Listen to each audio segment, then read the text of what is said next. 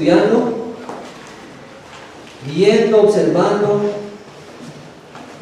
y quiero invitarles al capítulo 2, para los que no nos han podido seguir en la enseñanza, capítulo 2 de Génesis, y vamos a estar leyendo desde el versículo 4 hasta el versículo 7. Génesis capítulo 2, versículos 4 y 7. Si lo tienen, me dicen allí amén. Amén. Vamos entonces a dar lectura a estos versículos. Les pido entonces para que me sigan allí. Dice la palabra de Dios así: estos son los orígenes de los cielos y de la tierra cuando fueron creados, el día que Jehová Dios hizo la tierra y los cielos, y toda planta del campo antes que fuese en la tierra, y toda hierba del campo antes que naciese, porque Jehová Dios aún no había hecho llover sobre la tierra, ni había hombre para que la labrase la tierra, sino que subía de la tierra un vapor, el cual regaba toda la faz de la tierra. Entonces Jehová Dios formó al hombre del polvo de la tierra y sopló en su nariz aliento de vida, y fue el hombre un ser viviente. Amén. Oremos.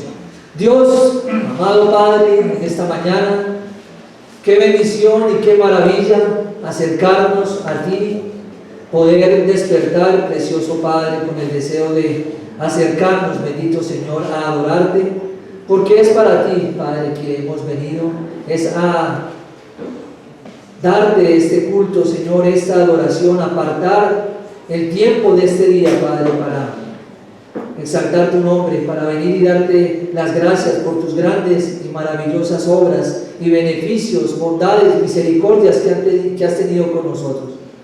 Oramos, Padre, rogando que seas tú, Señor, por medio de tu Santo Espíritu, dándonos la luz, el entendimiento de tu palabra, que sabemos que es por ella que nuestra fe es alentada. Tu palabra dice que la fe viene por el oír, y el oír la palabra de Dios.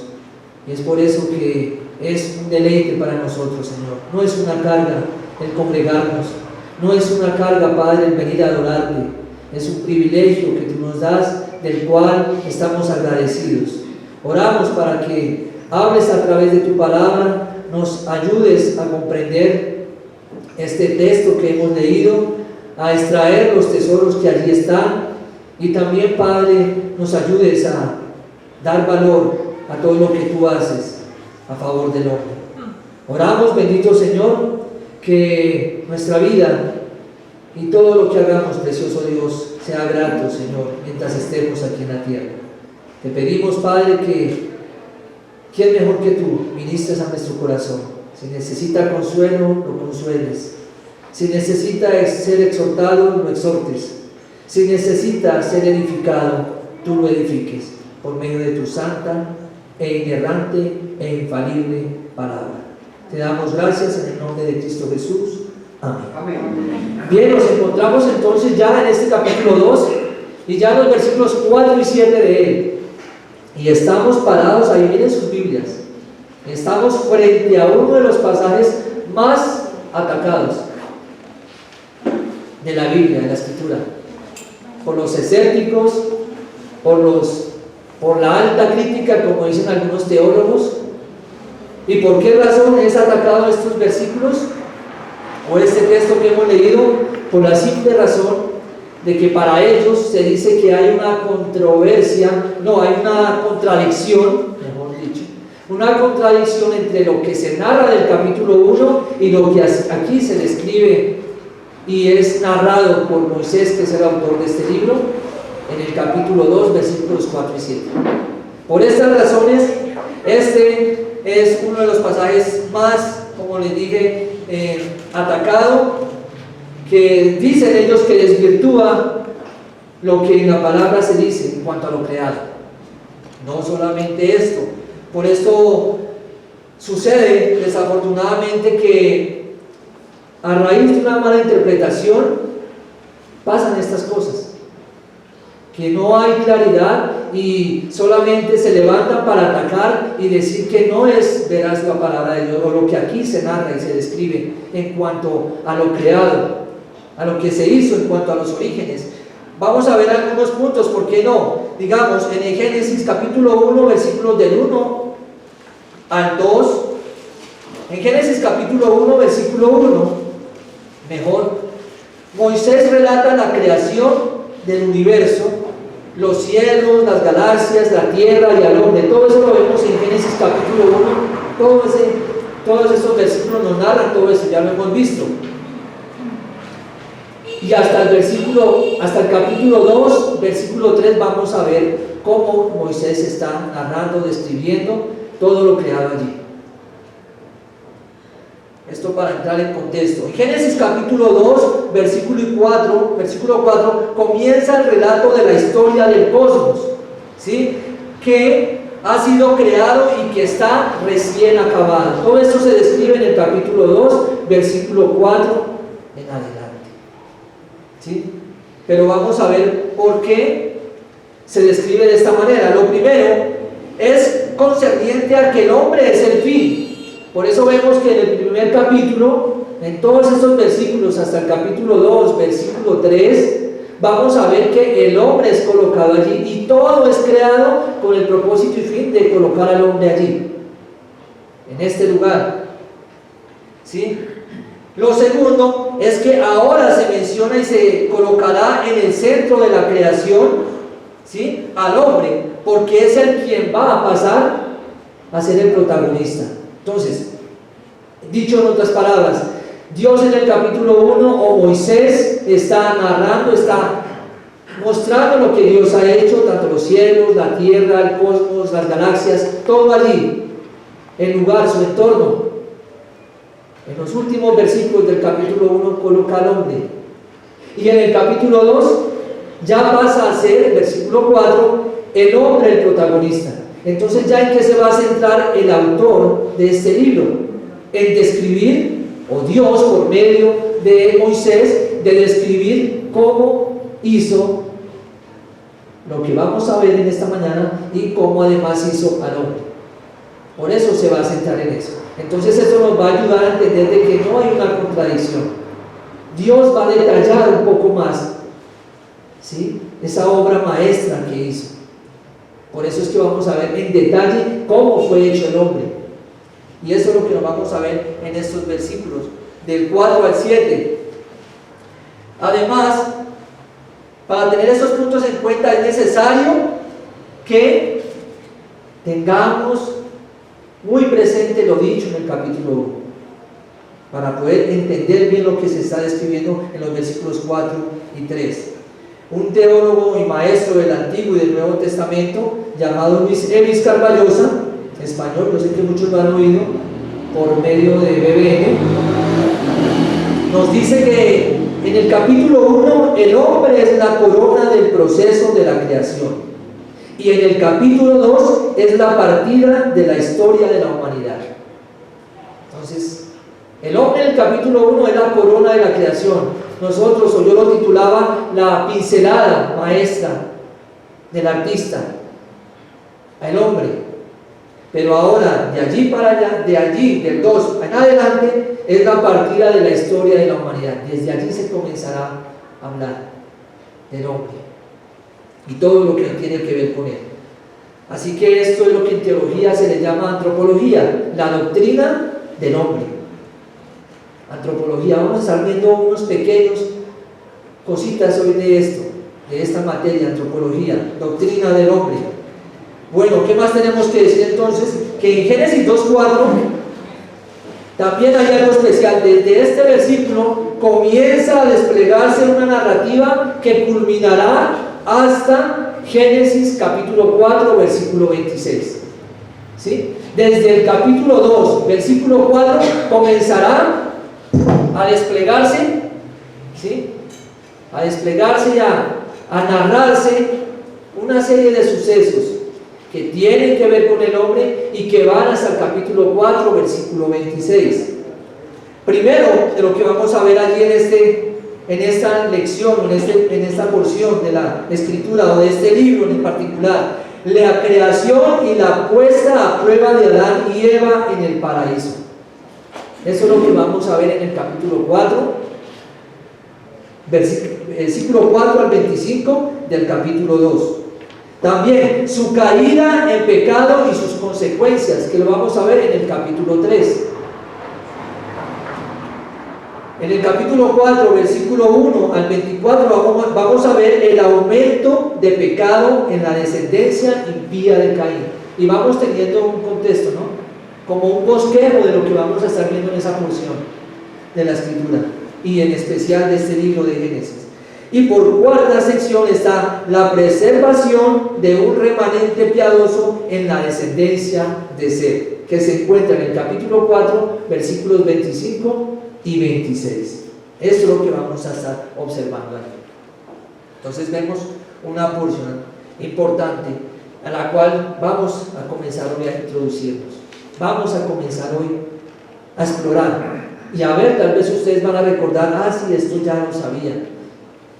Qué bueno recordar, qué bueno hacer memoria una vez más de las grandes maravillas que Dios hizo en el principio, porque esto nos ayudará a exaltarlo, nos ayudará a afirmar que nuestro Dios no es un Dios como lo pintan en otros lugares o como lo describen en otros lugares o hoy la sociedad, sino un Dios el cual se ha revelado por medio de su palabra y que constantemente nos invita a venir a ella para poder alimentar nuestra fe, para poder conocerle y para poder identificarnos más con que nuestra fe sea puesta en él. Entonces vamos a ver el versículo 4, ya después de esta introducción. Dice: estos son los orígenes de los cielos y de la tierra cuando fueron creados. Y lo primero que vamos a ver entonces de este versículo 4 es que estos son los orígenes de los cielos y la tierra. Es una frase en la cual podríamos decir, bueno, aquí se va a narrar, ¿cierto?, lo que se hizo, pero ya sabemos que se va a hacer de una manera más específica, más adentrada, más profunda, y debemos relacionar esta palabra, estos son los orígenes, en este libro, tenerla muy presente, porque no va a ser la única vez que vamos a encontrar este término. Vamos a encontrarlo cerca de 10 veces. Este término allí, orígenes, que es el término en hebreo, la palabra original para este término orígenes es Toledot, T-O-L-E-D,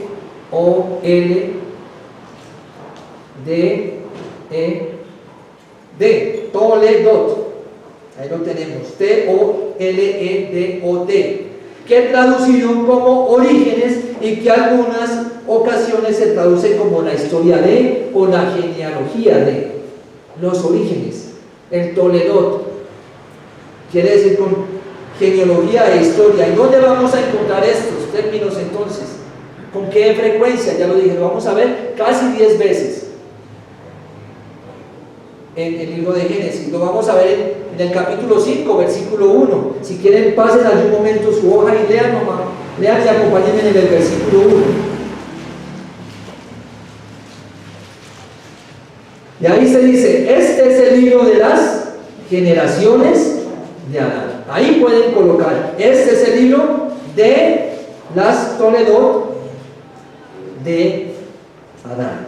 Bien, este es uno de ellos como ejemplo. También está el capítulo 6, versículo 9, en el capítulo 10, versículo 1, en Génesis capítulo 11, versículo 10, en el versículo 27 también otra vez, en el 25, versículo 12, en Génesis capítulo 19, versículo 36, en el 1, en el 9, en el 37, en el capítulo 37 y versículo 2. Ahí vamos a encontrar entonces este término orígenes. Y es importante hacer énfasis en este término, ¿por qué? Porque entonces tendremos aquí que son generaciones, tienen que ver con lo que sigue con el universo. No cómo se creó el universo, sino con lo que se describe después de lo creado, para poderlo entender. ¿Bien? ¿Van conmigo? O sea, no está describiendo cómo hizo el universo, sino cómo se desprende y cómo comienza a narrarse lo que de allí viene, ¿sí? Lo que se generó, lo que se produjo. Es decir, entonces, Toledot nunca estará relacionado en cuanto al nacimiento del origen del universo, no. Está relacionado en cuanto a lo que proviene de él. Es importante tener esto allí en mente. En otras palabras, el Toledot de los cielos y la tierra no describen el origen del universo, sino lo que sucedió a los cielos y a la tierra después de la creación. Entonces aquí tenemos esto claro. Estos orígenes de los cielos y de la tierra es lo que sucedió después. Bien, y ahí lo podemos ver. En este versículo 4 encontramos un intercambio de palabras. Noten allí, síganme. Estos son los orígenes de los cielos, de la tierra, de los cielos y de la tierra, cuando fueron creados el día que Jehová Dios hizo la tierra y los cielos. ¿Sí notan allí algo especial en este versículo? Primero se nombran los cielos y luego la tierra. Pero después se nombra la tierra y luego los cielos. Alguien dijo, podríamos hacer como una clase, una especie de X con estos términos. Hay un juego o un intercambio de orden en las palabras. Pero hay algo especial que debemos tener en cuenta aquí en este versículo. Hemos visto el origen, hemos visto ese intercambio, pero hemos visto también, y no sé si ustedes lo notaron, que en el puro centro de ese intercambio de palabras está el nombre de Dios. Pero no está como se había narrado antes, sino que se le agrega y ahora se dice Jehová Dios. No, terminen, sigan la lectura. Dice, orígenes de los cielos y de la tierra cuando fueron creados, el día que Jehová Dios hizo la tierra y los cielos. En el centro de ese intercambio está Jehová Dios. ¿Qué tenemos que decir? Jehová, la primera vez que se menciona, Jehová Dios. Podemos decirlo también, entonces, Jehová y Elohim. Jehová y Elohim. Dios ya lo habíamos oído antes, pero Jehová aún no había sido nombrado. Y entonces debemos de tener en cuenta lo que significan estos dos nombres. Al tener a Jehová, está hablando de Yahvé, como se traduce, como se dice, se menciona. Y entonces ese Yahvé es aquel nombre que hace referencia a Dios, que se relaciona con el hombre, al Dios que hace pactos, al Dios que redime, al Dios que salva. ¿Sí? Eso hace referencia con Yahvé. Pero por otro lado tenemos a Dios. Y este Dios es el que hemos dicho que desde el principio comenzó a hacer todas las cosas. Entonces es el Elohim, el creador. Y tenemos Yahvé, Elohim. Yahvé, Elohim. El Dios creador y el Dios de pactos. ¿Es importante esto? Claro que sí. Es importante. ¿Por qué? Porque nos va a hacer ver de cierta manera que no se desprende ni es otro Dios aparte del que ha venido creando, y tampoco Jehová es otro Dios o otro nombre de otro ser, de otra divinidad, sino que es Jehová, el mismo Dios que creó, interactuando ahora con el hombre, proveyéndole salvación, proveyéndole redención y, como lo dice el nombre, haciendo pactos con el hombre. ¿Sí? De ahí la importancia de este Jehová, de este nombre allí, y lo vamos a ver. Entonces ahí está, en el puro centro de este intercambio de palabras, Jehová Dios. Éxodo 3, 14 al 15, vamos a ver que se nombra una vez más este Jehová Dios, este nombre allí, importante. Y respondió Dios a Moisés, yo soy el que soy. Y dijo, así dirás a los hijos de Israel, yo soy, me envió a vosotros. Además dijo Dios a Moisés, así dirás a los hijos de Israel, Jehová, el Dios de vuestros padres, el Dios de Abraham, Dios de Isaac y Dios de Jacob, me ha enviado a vosotros. Este es mi nombre para siempre, cual él se me recordará por todos los siglos. Y ahí vemos entonces el ejemplo de ese Dios de pactos y cómo Dios envía a Moisés que vaya a Faraón y se revele con este nombre. Y lo podemos ver de esta manera. Entonces Yahvé era un término, además de esto, que para los judíos era de temor pronunciar. Por eso no lo encontramos con vocales, sino están simplemente escritos en mayúscula allí las letras que conforman este nombre. Sabemos que es la Y, la H, W y H. Esto nosotros le llamamos Yahvé, o el tetragramatón que llaman. Y ahí lo podemos ver entonces. Era de temor, era gran temido para los judíos pronunciar este nombre. ¿Por qué razón? Por la razón de tender o de tal vez llegar a violar o pasar por alto el mandato que Dios había dado en su palabra y en la ley moral, que era el de no nombrar el nombre de Dios en vano. Algo que muy coloquialmente hoy se usa ya, ¿no? Hoy ya se nombra de una manera despreocupante. Dios, se cayó un botón, se cayó un alfiler y ¡ay, Dios mío!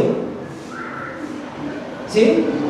Cualquier circunstancia que viene o cualquier reacción a algún temor y ¡ay, Dios mío! Muy folclóricamente se toma el nombre de Dios. Pues bien, para los judíos aún era de temor pronunciar el nombre de Dios. ¿Sí? Y eso no que nos volvamos temerosos de decirlo, sino que no lo tomemos en vano, como lo toman muchas personas. Aquellos que no conocen este mandato, no nombrar a Dios en vano. Y aquí lo podemos ver entonces. Ahora, algo especial en relación a este nombre, Jehová Dios, también lo vemos plasmado en el Salmo 19. El Salmo 19, donde se habla de la creación de Dios también, donde dice, los cielos cuentan la gloria de Dios. ¿Sí? Ahí vemos el nombre de Dios, pero el nombre de Dios es el Dios creador, el Elohim. Los cielos cuentan la gloria del Elohim. Y en el versículo 7 de ese mismo Salmo 19 vamos a encontrar que dice, la ley de Jehová es perfecta que convierte el alma. Ahí están los dos nombres. En el Salmo 19, verso 1, los cielos cuentan la gloria de Dios. Y en el verso 7, la ley de Jehová, los dos nombres, ¿lo notan? En ese Salmo donde nos revela y nos muestra la creación de Dios también. Es importante cómo están aquí relacionados siempre estos dos nombres, con un propósito especial. Noten que a Dios lo asocia con la creación. ¿Sí? En el primer verso del Salmo 19, los cielos cuentan la gloria de Dios, la creación de Dios. Y en el verso 7 dice Jehová, aquel que se relaciona con el hombre y aquel que le ha dado una ley para que lo transforme, para que lo cambie, para que convierta su alma. Es que están allí ambos nombres intrínsecamente relacionados. Bien, entonces seguimos porque el texto no termina allí, ¿no? Dice, estos son los orígenes de los cielos y de la tierra cuando fueron creados el día que Jehová Dios hizo la tierra y los cielos. De esta manera, para enfatizar, el Dios creador de Génesis 1 es también el Dios del pacto de Israel. Para concluir el estudio de este versículo, el mismo Dios que creó es el mismo Dios que está actuando y hará presencia con su pueblo en medio del pacto que hará Abraham y a sus descendientes. Ahora, ¿qué podemos decir? El Dios que hablaba por medio de este nombre, Jehová, nos muestra un Dios íntimo, un Dios personal, un Dios con el cual puede interactuar el hombre, puede relacionarse. Y lo creará al hombre de una manera particular, como creará también a su pueblo, y le permitirá relacionarse con él, y tendrá comunión con él. Y eso es lo que podemos ver allí.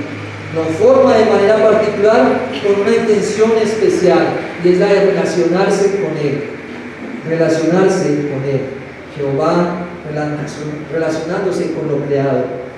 Versículo 5. Dice, y toda planta del campo antes que fuese en la tierra, y toda hierba del campo antes que naciese. Así que fueron creados los cielos, la tierra, los cielos, y además agrega algo. Y dice, y toda planta del campo. Y este es el versículo donde los escépticos, donde los críticos, donde la alta crítica, como lo dicen los teólogos, están allí colocando su dedo para señalar que hay una contradicción, para señalar que son dos relatos distintos. ¿Sí? Ahí es, ¿por qué? Por lo que dice, pero ¿cómo así? Luego las plantas no fueron creadas el día tercero, allí en Apocalipsis 1, versículo 11. ¿Sí? Si quieren acompáñenme, porque ahí dice, y llamó Dios a lo seco tierra, versículo 10, la reunión de las aguas llamó mares y vio Dios que era bueno. Y en el versículo 11 dice, y después dijo Dios, produzca la tierra hierba verde, hierba que dé semilla, árbol de fruto que dé fruto según su género, que su semilla esté en él sobre la tierra. Y fue así, y ahí nos relata el siguiente versículo que viene el tercer día. Entonces podemos ver por qué ellos dicen esto, ¿no? Pero ¿cómo así? Si ya fue creada la hierba, ya fue creada las plantas, ¿por qué ahora en el versículo 5 del capítulo 4 nos va a decir que y toda planta? ¿Por qué? Lo primero que tenemos que ver es que porque en el versículo 4 usa un nombre diferente. Allí en esos dos versículos, del versículo 4 se está nombrando Jehová Dios, que ese es otro punto que ellos tienen para atacar la veracidad de la palabra. En el versículo 4 ellos dicen, pero aquí aparece otro nombre de Dios, ¿por qué entonces? Pero no es otro nombre, es el mismo Dios. Y en el versículo 5, que es donde estamos, la otra es que aparecen las plantas en el tercer día. Y les decía, ahí está el dedo de los escépticos, ahí está el dedo de aquellos incrédulos. Pero aquí lo importante y cabe mencionar es que hay un argumento más. Aparecen después de que el hombre ha sido creado. Sí, pero Dios va a describir lo que va a pasar allí en especial. Y algo que debemos de tener en cuenta es que el argumento aquí no debemos dejar de lado que Dios está revelando algo más que viene, algo más adelante que viene. ¿Por qué? Ya vamos a verlo. Luego dice aquí,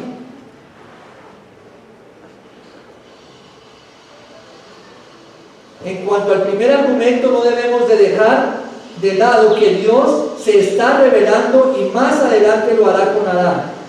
Como él guardará, como el guardador del pacto, allí en el Edén. Por esta razón es la mención de su nombre Jehová. Por esta razón está Jehová allí.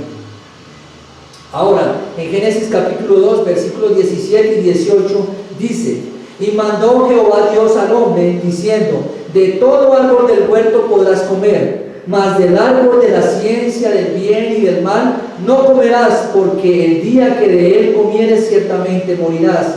Y dijo Jehová Dios, una vez más este nombre, no es bueno que el hombre esté solo, le haré ayuda idónea para él. Ahí Dios está comprometiéndose a hacer algo. Y en esto, para derribar el primer argumento de por qué hay otro nombre allí. Ahora, ¿qué es el segundo? Porque el otro argumento es de por qué las plantas están allí. Y vamos a verlo. No es que sea una segunda historia de la creación, ni es algo que sea agregado allí. No es eso, sino que se comienza a dar más detalles de la creación. Y el hombre ahí, y más detalles. Y también veremos aquí palabras que serán mencionadas más adelante, y aparecen hasta acá. Dicen en el capítulo 3 del versículo 18, nos habla de la planta del campo y la hierba del campo en este capítulo, pero en el capítulo 3 nos habla de algunos especiales, y están nombrándonos acá para leerlo. Dice espinos y cardos, y eso nos va a dar una luz, una breve, nos va a correr un momento el velo para entender que estas plantas y estas hierbas tendrían allí un propósito. Ahí nos está mostrando esto, nos dará una señal. Algo más que nos puede decir esto es que afirma la alta crítica que Génesis 1:2 se contradicen. Lo cierto es que no existe contradicción alguna entre estas dos cosas, entre estos relatos que están aquí. Solamente uno afirma y describe de una manera mayor la otra. ¿Qué podemos decir entonces? Y toda planta del campo, antes que fuese en la tierra, y toda hierba del campo, antes que naciesen, porque Jehová Dios aún no había hecho llover sobre la tierra, ni había hombre para que labrase la tierra. Y vemos entonces la segunda parte de este versículo 5, y en esta segunda parte del versículo 5 vamos a encontrar el porqué, la razón por qué no había esa planta y la razón de por qué no había aún esa hierba en el campo. ¿Cuál es la razón? Ya vemos, la primera es que aún no había llovido. Aún no había llovido. Esto nos quiere decir que no había ni existió un torrencial aguacero ni una lluvia antes del diluvio, antes del pecado. Ya, nunca ha habido lluvia tal, de esta manera. Ese es el primer argumento. No se regaba la tierra como hoy la podemos regar, o como hoy se ve que Dios en su misericordia riega la tierra. No vemos allí ni fuertes lluvias ni nada de esto. Y la segunda es que no había hombre para que trabajase ni cultivase la tierra. Esas son las dos razones que nos da del por qué no había planta, del por qué no había hierba. Y algo que hay que tener también en cuenta es la palabra que se agrega allí, del campo. Entonces, por medio de esta segunda razón podemos ver que el hombre tiene una responsabilidad. Primero, no había lluvia. Segundo, no había quien labrase la tierra. Así que podemos ver que allí el hombre, en medio de esta situación, en medio de lo creado por Dios, tiene una responsabilidad. La responsabilidad del hombre es trabajar, labrar la tierra, cultivarla. Y eso es lo que llama acá. ¿Sí? Así que Dios hizo al hombre para que trabajara. El trabajo no es un castigo como lo cantan por ahí. ¿Sí lo han oído? Que el trabajo lo hizo Dios como castigo. No.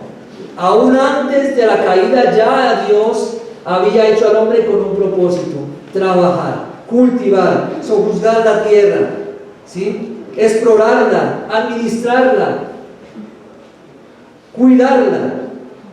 De modo que entonces el trabajo no es ningún castigo, es una responsabilidad del hombre, porque todo lo creado Dios coloca allí al hombre y lo pone con un propósito allí: trabajar. Ahora, podríamos decir, no importa, ¿cierto? Eso es para los que labran y ellos son llamados a cultivar, pero no, aún nosotros también trabajamos. Tal vez lo podemos hacer detrás de un computador, ¿verdad? Tal vez lo podemos hacer en otras áreas de trabajo, en una oficina, detrás de un mostrador, pero es trabajo, y en cierta manera estamos cumpliendo con la responsabilidad que Dios demandó, y es ayudar y es servir a este mundo que Dios ha creado.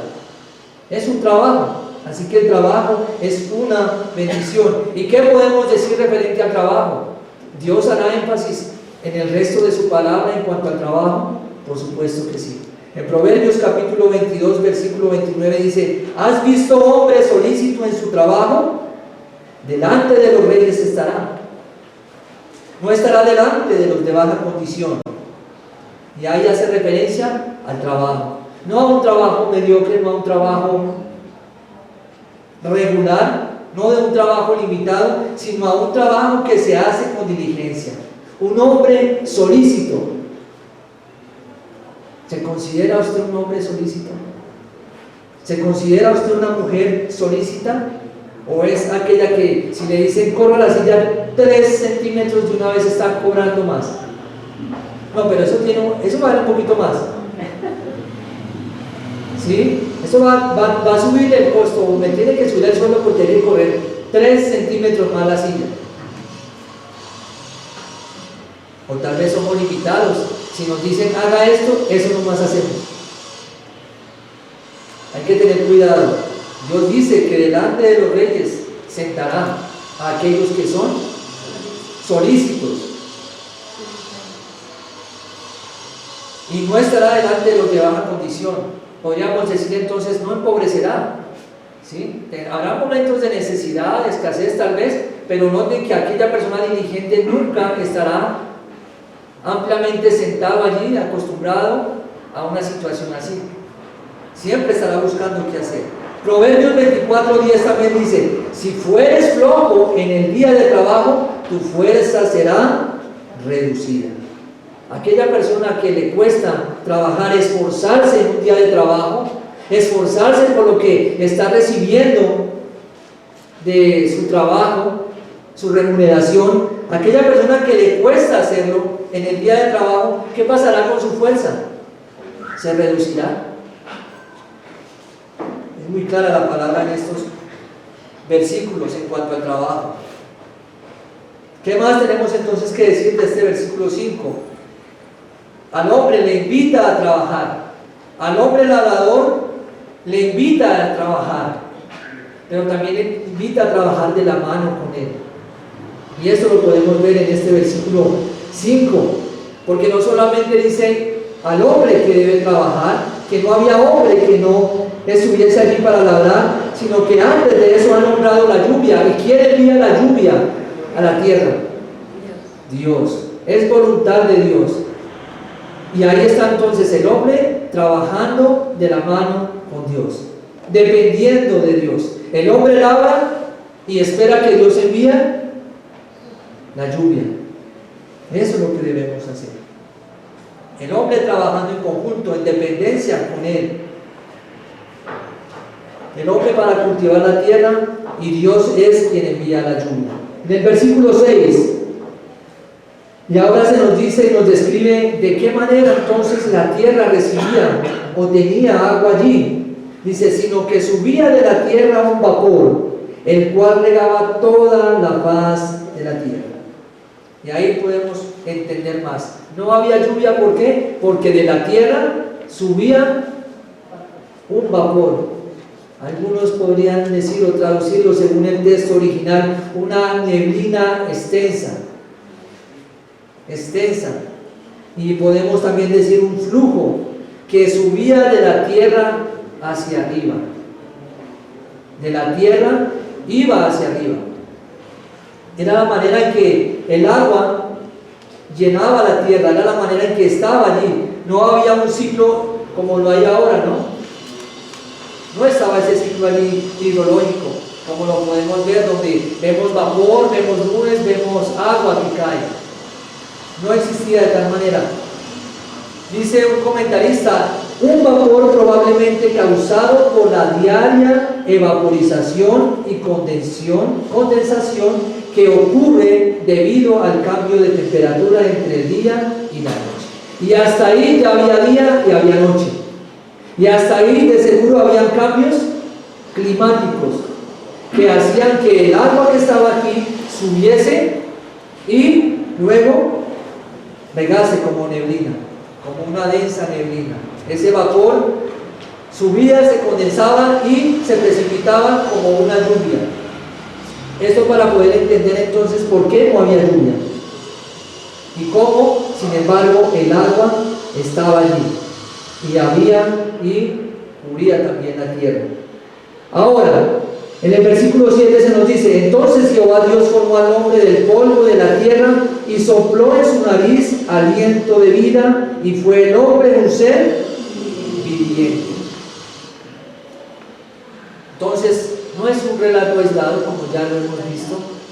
Está Dios dando, especificando, adentrándose aún más en describir cómo formó al hombre. El hombre fue creado a finales del capítulo 1. Es mencionado allí, pero ahora se va a centrar y todo lo creado y va a colocar allá al hombre y nos va a comenzar a describir cómo lo hizo, cómo fue diferente a lo otro que él había hecho. Veíamos y algo que resaltaba en el capítulo 1 era que constantemente veíamos y Dios dijo, pero ahora con el hombre va a ser diferente, va a ser muy diferente. Este relato no es el de la creación, sino es un relato más detallado. Y encontramos entonces la palabra formó. Y esta expresión de formó tiene que ver con un alfarero al tomar barro en sus manos y al comenzar a darle forma. Esto es lo que tiene que ver. Entonces formó. Ahí está. Dios tomando el polvo, barro y comenzando a darle un diseño. Comienza a darle el Creador una forma especial, una forma divina, muy diferente a la de los animales. Porque tomó polvo para formar algún animal. No. ¿Lo tomó en sus manos? No. Sin embargo, aquí entonces vemos detalladamente que al hombre sí lo toma en sus manos. Al hombre lo hace de una manera diferente. Al hombre lo coloca allí con una capacidad especial. Al hombre lo hace con sabiduría, con creatividad y con un propósito. Y no como algunas teorías lo dicen. Dos teorías que voy a mencionar. Una de ellas es la de Darwin, que nos habla de la evolución de las especies. Y esto es para los jóvenes que están recibiendo esta dicha sabiduría de hombres, donde dice que el hombre viene de un animal y comienza a evolucionar, según Darwin. Son teorías. Y entonces aquí comienza, por medio de este pasaje, a darnos cuenta de que no es así. Comenzamos a darnos cuenta de que verdaderamente quien toma al hombre en sus manos y lo comienza a hacer es Dios. No es ningún animal, no es ningún mono. Pero hay otra teoría también, y se llama la evolución teísta. Y estos, aunque crean en Dios y colocan a Dios allí, ellos sostienen lo siguiente: que el hombre está gracias también a la evolución, o a algunas plantas o animales que evolucionaron gradualmente mientras que Dios supervisaba esa evolución. Son las dos teorías que podemos tomar, ¿no? Entonces, la de Darwin, la evolución de las especies, y como segundo también la evolución teísta. Cosas que este pasaje y en especial este versículo derriban, porque nos dice que fue Dios quien lo creó. Teorías que encuentran una grande barrera en la escritura, que las derriban. Pero sabemos que por la palabra eso no es así, ¿verdad? Además, en este versículo 7 encontramos un juego de palabras también. Y acá dice: entonces Jehová Dios formó al hombre del polvo de la tierra y sopló en su nariz aliento de vida, y fue el hombre un ser viviente. En hebreo la palabra hombre es Adán. En hebreo para hombre la palabra es Adán. Y en hebreo para tierra la palabra es Adama. De allí entonces entendemos por qué Adán. ¿Por qué Adán? Porque fue hecho de la Adama, de la tierra. Por si algunos no sabían, ese Adán, ¿por qué Adán? Bien, porque viene del nombre en hebreo que es tierra, Adán. Esto para indicar que el hombre proviene de la tierra. Y tanto él como el resto de la humanidad están unidas a ella, porque la palabra no solamente menciona al hombre en relación con la tierra en este pasaje, sino que a lo largo de la escritura se nos dice que polvo somos y al polvo volveremos. Génesis capítulo 3 versículo 19. ¿Qué decir de Job capítulo 10 versículo 8 al 9? Dice: tus manos me hicieron y me formaron, y luego tú vuelves y me deshaces. Acuérdate que como a barro me diste forma y en polvo me has de volver. Aún Job también tiene presente esto. En medio de su condición sabe que es un hombre mortal y que fue hecho de la tierra, de la Adama, del polvo. Entonces es el Dios quien Dios en forma de hombre, allí con este polvo hace un hombre en forma allí y le da vida. ¿Cómo le da vida a este trozo, a esta porción de barro, de polvo? Y el versículo nos lo continúa diciendo. ¿Cómo le da vida a ese barro, a esa Adama? Se lo da dándole un soplo en su nariz.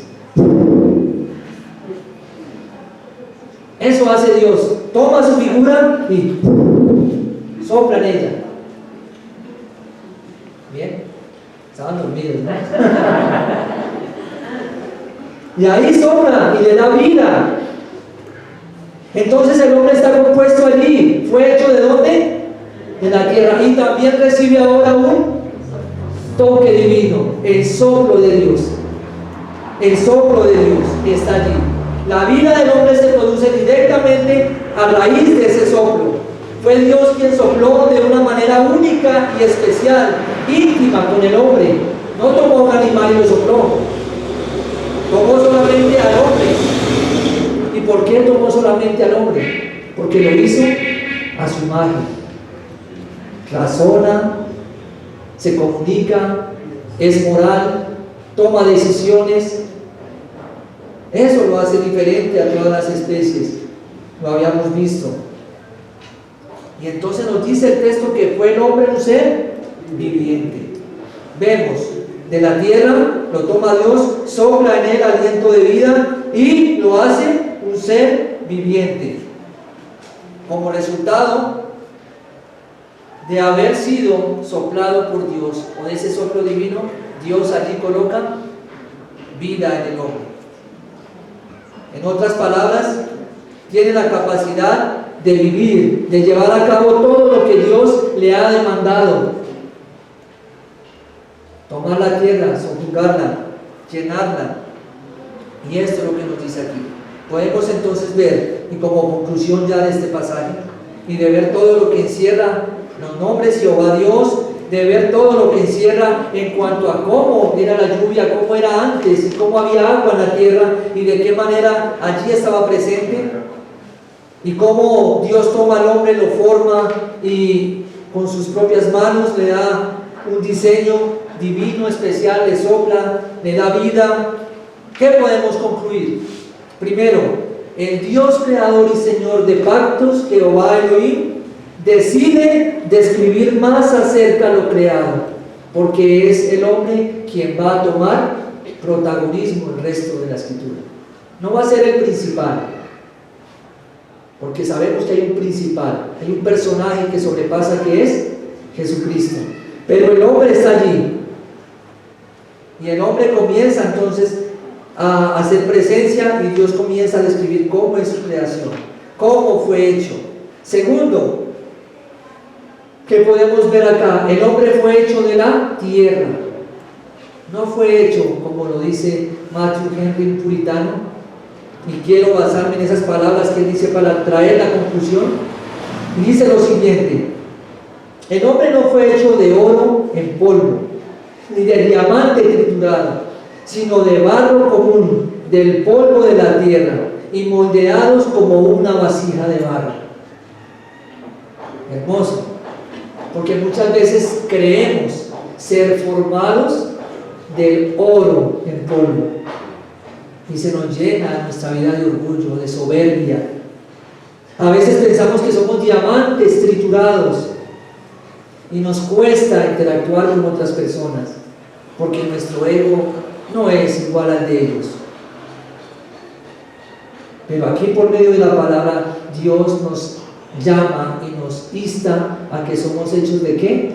Del barro, y que somos moldeados como cualquier vasija de barro. Estas son las palabras de este hombre, y esto nos ayuda entonces a recordar por qué enorgullecernos, en por qué sublevarnos ante el Dios que nos creó. ¿Y saben cómo nos sublevamos ante el Dios que nos creó? Desobedeciendo a sus mandatos, viviendo una vida que va contraria a lo que Él demanda, viviendo una vida donde nuestros placeres priman en vez de lo que Dios demanda en su palabra. No solamente esto, de salir de esta mañana sabiendo que somos barro, de que hemos salido de allí, que allí volveremos, porque el hombre es polvo, sino que además también este hombre dice: el alma humana surgió de un aliento celestial, no fue hecha de la tierra como lo fue el cuerpo, procedió directamente de Dios. Que el alma que Dios alentó en nuestro interior aliente hacia Él y para Él. ¿Qué quiere decir esto? El cuerpo vino de la tierra, pero algo llegó a ese cuerpo que es divino, y es su soplo, su aliento. ¿De qué manera estamos nosotros honrando, valorando eso que nos da vida? Ese aliento que nos permite relacionarnos, movernos, estar hoy aquí presentes. ¿Lo estamos viviendo de manera que vaya hacia Él y sea para Él? El alma no fue hecha de la tierra como el cuerpo. Lástima entonces que deba apegarse a la tierra y preocuparse por las cosas terrenales. Y es triste cuando el alma se apega a lo que es terrenal cuando su destino es ¿dónde? Celestial. Porque de él viene de Dios. Viene de Dios. Y aún, tal vez podríamos decir, sí, mi aliento, mi soplo de vida, el soplo que Dios dio, ha vivido para este mundo, está aferrado a esta tierra. ¿Hay esperanza? ¿Qué podemos decir? Aquel que piensa hoy así, aquel que tal vez hoy se está deleitando en el pecado y hoy la mentira prima en su vida, aquel que hoy le cuesta vivir para Dios, ¿hay esperanza para él? Nada. Hubo un Adán que introdujo el pecado a la tierra. Hubo un Adán que introdujo el pecado a la tierra y nos hace pecadores desde que nacemos. Y comenzamos a crecer y afirmamos ese pecado con nuestras acciones. Pero luego Dios también en su misericordia, y así como envió un soplo divino, envía un nuevo Adán, un postrer Adán, en el cual podemos acercarnos, en el cual podemos depositar nuestras culpas, nuestro pecado. ¿Y qué va a hacer Él? Cambiar ese hombre, restaurarle para que comience a darle valor a ese aliento de vida que un día recibió de Dios. ¿Has creído tú en ese nuevo y postrer Adán?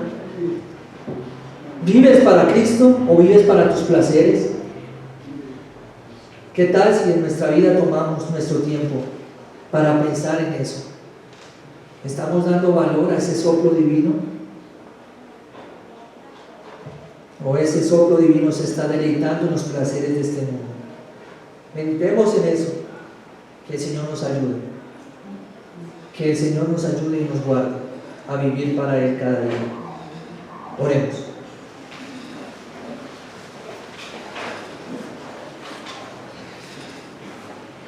Bendito y amado Dios, damos gracias en esta mañana por tu palabra. No hay bendición más grande. No hay, Padre, revelación más gloriosa y hermosa que la que tú nos dejas a través de ella. Padre, en esta mañana ayúdanos a entender que el Dios que comienza a revelarse y a interactuar con el hombre está presente aquí en capítulo 2, versículo 4. Ese Dios de pactos, ese Dios que redime, ese Dios que salva. Es el mismo Dios en el cual depositamos hoy nuestra fe. Te pedimos, bendito Señor, que nos ayudes a vivir para ti, que nos ayudes a dar valor a que fueron tus manos quienes nos formaron del barro, del polvo. Pero no solamente esto, Padre, sino que a esto que le diste forma, soplaste y le diste vida. Ayúdanos a dar ese valor adecuado a ese aliento, bendito Señor, que hoy nos da nuestra alma. Poderoso Dios, rogamos, bendito Señor, para que aquellos que aún no han entendido esa obra redentora de nuestro Señor Jesucristo resplandezca en sus corazones. Podemos venir, podemos formar parte de un culto, podemos formar parte dentro de la liturgia, bendito Señor, pero también podemos estar dando el valor inadecuado a esa salvación tan grande. También oramos, bendito Señor, para aquellos que están dando el valor debido, Dios, para que no cesen ni menguen ni dejen de glorificarte, bendito Señor, de usarlo para obedecerte, de usarlo para exaltar y engrandecer tu nombre. Bendito Dios, ayúdanos, te necesitamos. En el nombre de Jesucristo. Amén.